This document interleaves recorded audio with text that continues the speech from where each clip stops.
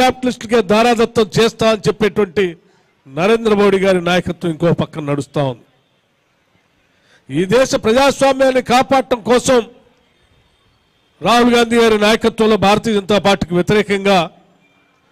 ఈ దేశంలో caste census చేసి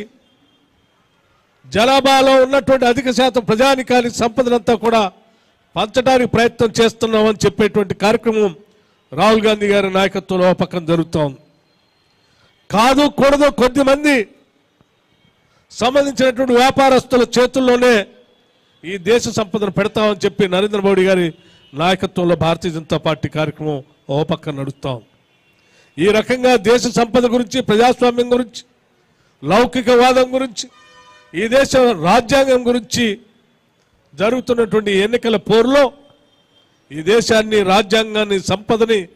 ప్రజలందరినీ కాపాడుకోవటం కోసం కాంగ్రెస్ పార్టీ ఓ పక్కన పోరాటం చేస్తూ ఉంది. ఈ దేశ సంపదని అట్లాగే దేశ జనాభాని విభజించి అల్లకల్లోలం సృష్టించి అధికారాన్ని చెలాయించడం కోసం భారతీయ జనతా పార్టీ ఇంకో పక్కన ప్రయత్నం చేస్తూ ఉంది. వీటన్నిటినీ కూడా ఈరోజు కాంగ్రెస్ పార్టీ ఆధ్వర్యంలో మేము చాలా స్పష్టంగా ఛార్జ్ షీట్ విడుదల చేస్తూ రాష్ట్ర ప్రజలందరికీ విజ్ఞప్తి చేస్తూ ఉన్నాం. ఉత్తర భారతదేశంలో ఏ రకంగా అయితే గుజరాతీలకు సంబంధించిన నాయకత్వం దాడులు చేస్తూ ఒక రాష్ట్రం మీద ఇంకొక రాష్ట్రం, ఇంకో రాష్ట్రం మీద ఇంకో రాష్ట్రం పెత్తనం చేస్తూ దేశాన్ని ఆనాటి ఈస్ట్ ఇండియా కంపెనీ ఏ రకంగా అయితే కబళించడం కోసం ప్రయత్నం చేసిందో ఈరోజు వీరి నాయకత్వంలో దేశంలో ఉన్నటువంటి సంపదను అంతా కూడా కొన్ని కంపెనీలకు దారాదత్తం చేయడం కోసం ప్రయత్నం చేస్తున్నటువంటి ఈ తరుణంలో తెలంగాణ రాష్ట్ర కాంగ్రెస్ కమిటీ ఆధ్వర్యంలో భారతీయ జనతా పార్టీని నిలవంచి ఈ రాష్ట్ర ప్రజాస్వామ్య విలువల్ని, సంపదని ప్రజలకి చెందేటట్టుగా పోరాటం చేయటం కోసం కాంగ్రెస్ ఆధ్వర్యంలో ఈరోజు ఛార్జ్ షీట్ని రిలీజ్ చేయటం జరిగిందని చెప్పి ఈ సందర్భంగా మీ అందరికీ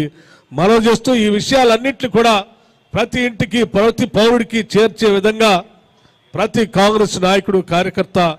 పనిచేయాలని, సమాచారాన్ని ప్రతి ఇంటికి తీసుకువెళ్లాలని చెప్పి విజ్ఞప్తి చేస్తూ ఈ విషయాలన్నింటినీ కూడా మీడియా కూడా పెద్ద ఎత్తున ఈ దేశ లౌకికవాదాన్ని, ప్రజాస్వామ్యాన్ని, ఆస్తుల్ని అన్నింటినీ కాపాడటం కోసం ప్రజాస్వామ్య 4వ స్తంభం అయినటువంటి మీడియా వ్యవస్థలు కూడా ముందుకు రావాలని చెప్పి విజ్ఞప్తి చేస్తూ సెలవు తీసుకుంటున్నాను. జై హింద్, జై కాంగ్రెస్. ఇప్పుడు గౌరవనీయులు